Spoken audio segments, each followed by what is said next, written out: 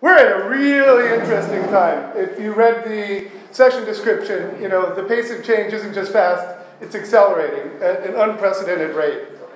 And in fact, I'm going to spoil one of the headlines.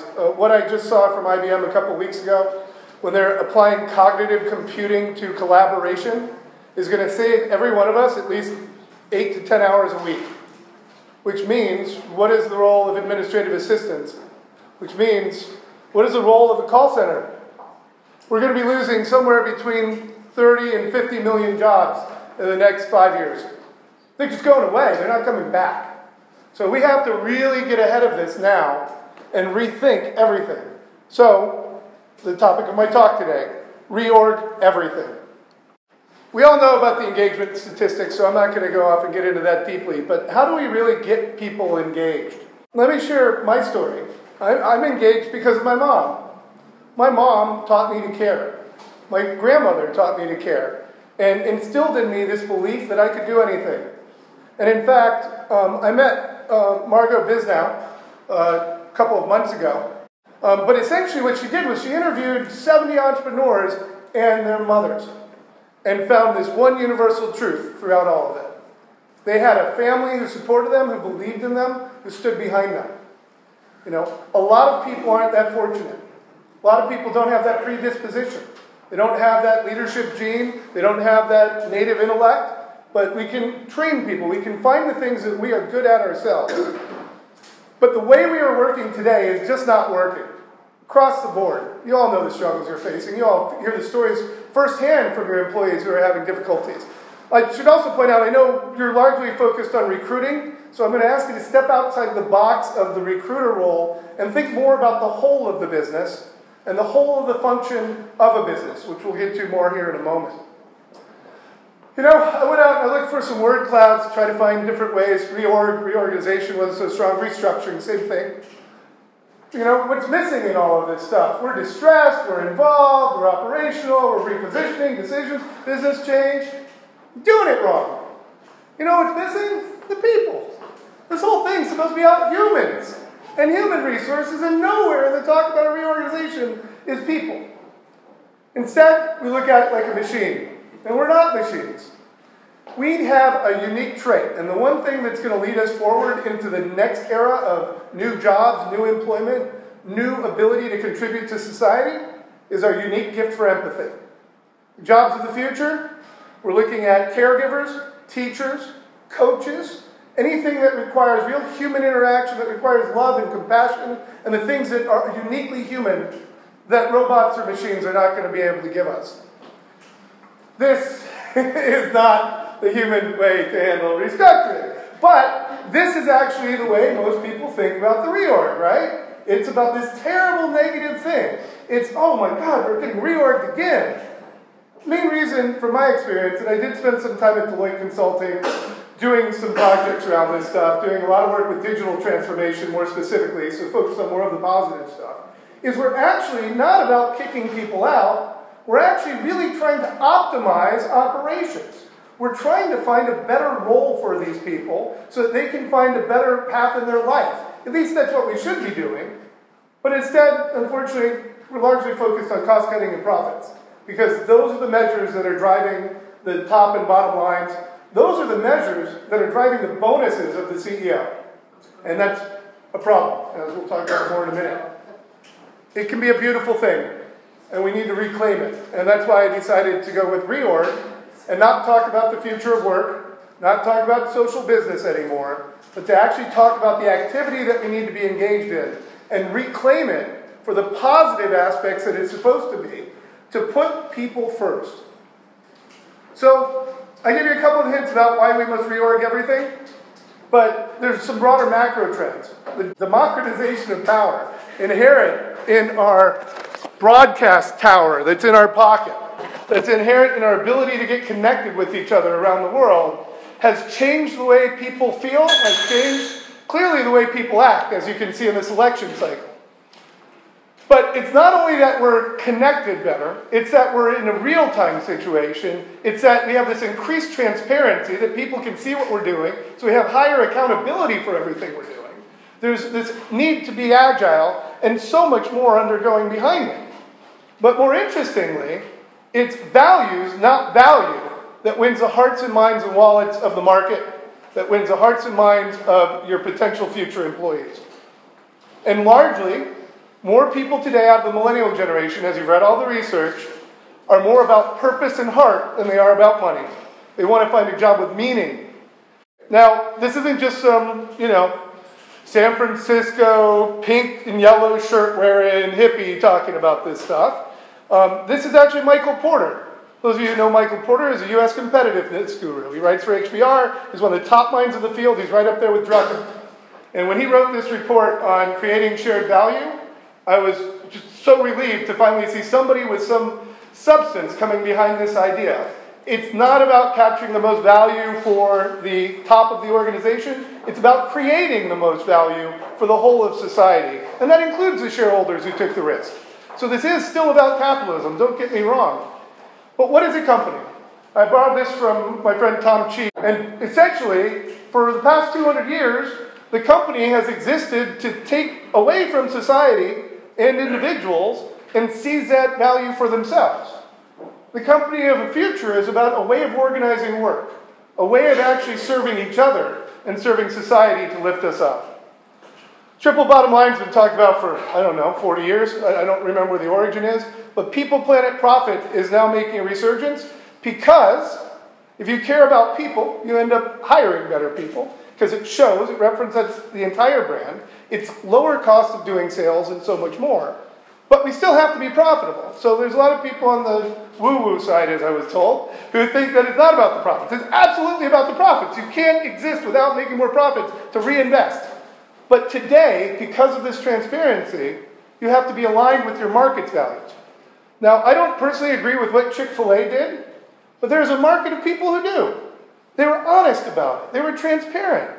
So despite the whole hugabaloo around that thing, at least they're honest people and they stand for their values and they have a market that loves their product and loves them. So serve those people and do that. What we're really looking at, as our good friend down the street at Whole Foods talks about, conscious capitalism. How can we actually make money together in such a way that we're not making harm for others? We've been talking about this economy for a long time. We've gone from the agricultural to industrial, service, information, knowledge, networked, and now, of course, we're talking about a whole bunch of different things. The gig economy, green economy, digital economy, sharing, collaborative economy. It's changing so fast and in so many different ways, none of this really encapsulates it. It only gets to one facet of the change. And what I really believe is happening is that we're in an era of the adaptive economy. It's really about the very core of understanding that the market isn't just a battlefield anymore. It's actually an ecosystem where we actually work in harmony with our partners. And sometimes those partners are going to be an independent contractor.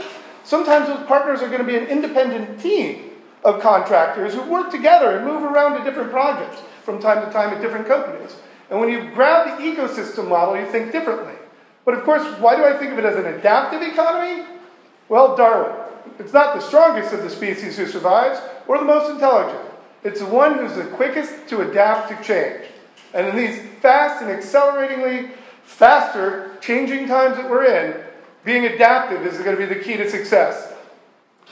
And ultimately, this is about serving the market, not just the stock market. Yes, we have to serve the stock market. It's there. It's a reality.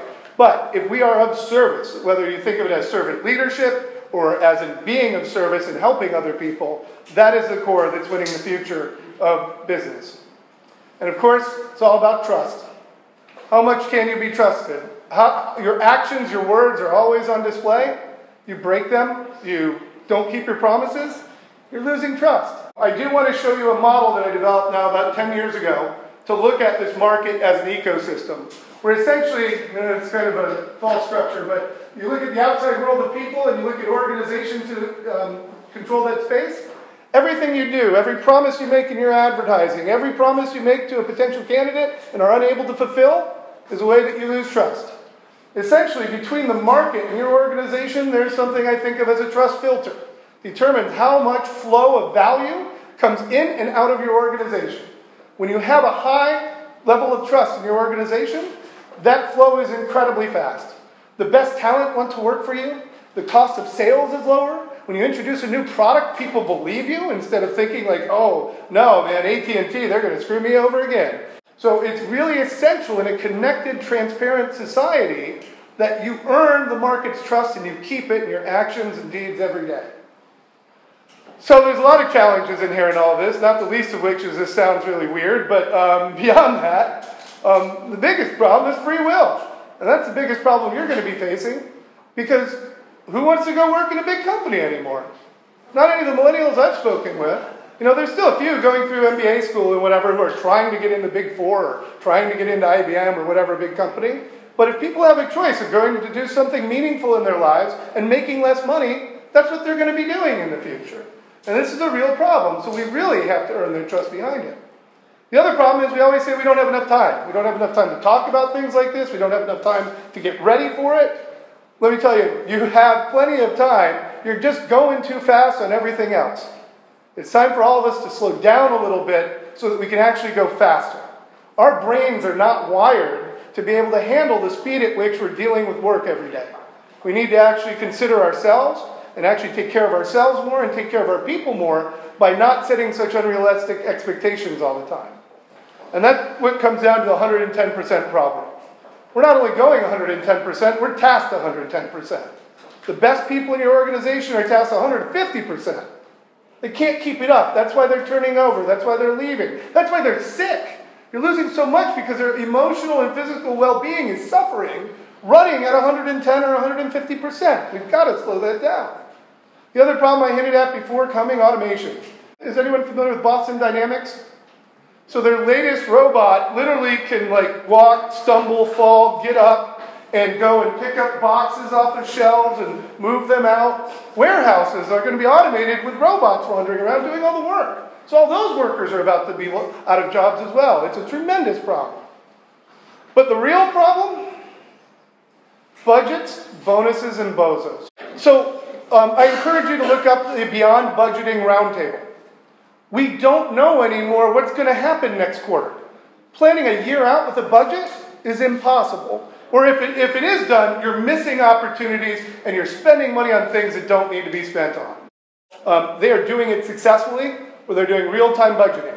And they're allocating money according to need because they hired people they can trust who can do the job. And because of that, they're able to actually let them do their job. Bonuses, we're incentivizing the wrong behavior. Pure and simple. Sales bonuses, executive compensation, we're just incentivizing the wrong behavior. You look at a call center, for example, we want them to spend the least amount of time on a call. They're kicking customers off or unhappy or going to go and talk to people. You're not getting long-term customer value. You're not getting the word-of-mouth referral as a result of that because you're bonusing them on keeping it under 5 minutes. Bozos, well, unfortunately, many of us have probably worked with them. We have to tolerate the rock stars. We have to tolerate people who aren't doing anything. We have to tolerate the CEO's favorite grandson, nephew, whatever it is.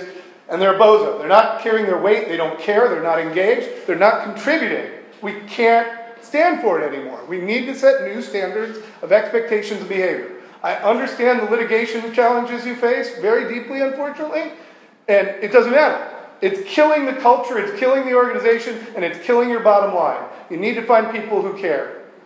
So success in an adaptive economy by leading in an ecosystem, not only do we need new mindsets, methods, and measures, but we need actually new attitude towards it as well. First most important thing in leading an ecosystem, alignment around common objectives, common purpose, common interests, common language. We need to actually learn to speak each other's language, and more importantly, a common understanding that if you're on an all-white male team, you're doing it wrong. Diversity creates better performance, creates better results, and it's time to actually embrace that and make that a reality and invest our time in making that a reality. Agility. We've got to move faster. This is actually bringing the concepts of agile development and computing to traditional knowledge work, to all of our work, so that we can be more flexible, more adaptable, and that we understand if we're aligned around a common purpose, that we're going to have to be flexible. Things change, priorities change, budgets change, the market changes. We have to respond to it quicker. And ultimately, that accountability, which is how we get rid of the bozos. If we're accountable for what we promise to do, everything can change.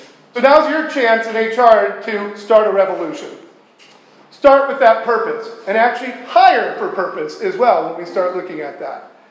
And when we really start looking at this, not only employer brand, but the overall employee experience, we can learn a lot from marketing and what they've done with customer experience design and journey mapping. Because experience designed with purpose creates a business that's exponentially more valuable. A really interesting concept, moving from paychecks to passion checks. How do you create a more engaged audience? You find the people who already engage with what you're doing. They're your customers, they're your partners, they're the tweeters out there in the world who are talking about you, who really care about this. Those are the people you want to hire because they're already passionate about that subject. You don't have to convince them to do good work for you. The employee agreement. Well, we all know the employment agreement. What's its purpose? Mitigate risk, define some terms, and basically protect our ass. The employee agreement is designed to let every individual express what they're there for. When I went into Deloitte, a lot of people really took this weird, but I think this is really important. I told everyone why I was there, why I had to come there, what I was doing there, and what I hoped to get from my time there. And to be able to express that so that all my other coworkers would know that, would understand that I didn't have a political motive for something. I was trying to do this thing that I came here to do. And by enabling the individual to express that in their own terms with other people inside the company, that was another way to create greater alignment and greater trust throughout it. The other thing, I'm a real big believer in OKRs. Is anyone familiar with that? You guys know about OKRs? It is an amazing tool for aligning the organization, creating accountability, and actually keeping people focused on what really matters, and ensuring that we all have transparency in understanding what everyone's doing beyond it. It's not about collaboration, it's orchestration. How do we inspire our people to get the best out of them, to actually act in harmony and perform a brilliant concerto? It's about being more nurturing and actually that human and empathetic component. It's about innovation. And let me tell you, innovation, as the way it's defined in corporations today, they're doing it wrong too. Innovation is about iteration. It's about failure. It's not about one big breakthrough that comes all of a sudden and you can spend money on and have. You have to have a culture where people aren't killed when they fail. You have to have a culture where people feel comfortable to take smart risks, even though it's not meeting that metric. And that's very hard. Not all companies are large enough to enable that. But if your company is large enough to have an innovation department, it's large enough to be doing it right. I really see a future in which the executive coaches that are now helping our senior leaders rise up are supplemented with project coaches, people who actually oversee the needs of the team instead of the individual. Just like football, basketball, or any other sport, somebody who can look at the performance of the team, identify political issues that are arising, keep people focused on the core goal, and don't let those side conversations and past slights derail the whole project. We've seen how many times that happens behind it. Working out loud is the bridge to this future. It's how we're going to get there. We have one other problem. Everyone have BYOD at your company? Or many of you do? Bring your own device? Bring your own device led to bring your own software, which led to the bifurcation of our communications platform, which adds 40% in communications overhead, which means the reason why you're working so fast and don't have enough time is because you're posting one message in 8 places, trying to make sure everyone and all of your partners understand it. It's time to reinforce a single platform for communications and collaboration. So the new world means new skills. Those new skills in particular, constant never-ending improvement, constant lifelong learning, adaptability, and more importantly, as my friend John Hagel reminds me all the time, a questing disposition. What I would be looking to hire for today is somebody who will seek out new ways to solve problems. They might not know the answer, but they know how to go search for it, they know how to go reach out to their networks, and they're willing to go on that hunt to find the answer and the solution that they need. The real key on an organizational design level, I've studied holacracy, all sorts of podular models and everything else. If you're not familiar with Morningstar and the Self-Management Institute, I highly recommend it. It is an incredibly powerful way to organize this new world of work, given the talents and skills and attitudes and mindsets that are coming into it, and it's at the top of it. This is a massive opportunity in front of you stuff, and to succeed, look, this sounds like the future, and I talk a lot about the future, but this is happening today. I know those 50 million jobs seems like a pessimistic thing. It's not pessimistic, it's real. We need to start working towards it today. If we don't, that's when your company is going to be in trouble. Because all of a sudden, it's going to be automated by the people in the IT department or wherever else, and those jobs are just going to go away, and you're going to have to explain why you just cut a third of your workforce. That hit with all those people who will no longer be customers of yours, who will no longer be happy, whose families are going to be upset with you, is going to destroy your companies. So if you don't start thinking about how to transition to this new world, where all these things are going to happen today, you're going to be in a lot of trouble. But the good news is, you can be the heroes. It's time to do what you've always been meant to do. The thing that caused you to come in to actually do human resources is right in front of you. You just need to be able to be willing to blaze that new path and bring the courage that it takes to use the political capital and the smarts and everything you have in order to blaze into that new future. One quick plug. I've started a new nonprofit called The Rising Tide to lift all people. It's actually intended to help people understand what I'm calling personal economics, which is the idea of every individual's innate ability to use their time and their skills and their willingness to learn to the maximum personal, economic, and financial benefit that they can to help them navigate through this new gig economy. We've got some writings up there. We're doing events across the country and around the world. Happy to talk to you more about that later. And I'm Chris Heuer, and if you're looking to do digital transformation, have people talk about the future of work or deeper on any of this stuff, I'm happy to talk to any of you afterwards. And again, if you email me, chris@hockneyum.com, I'll be happy to send you a link to download the deck so you can have it later. Thank you so very much.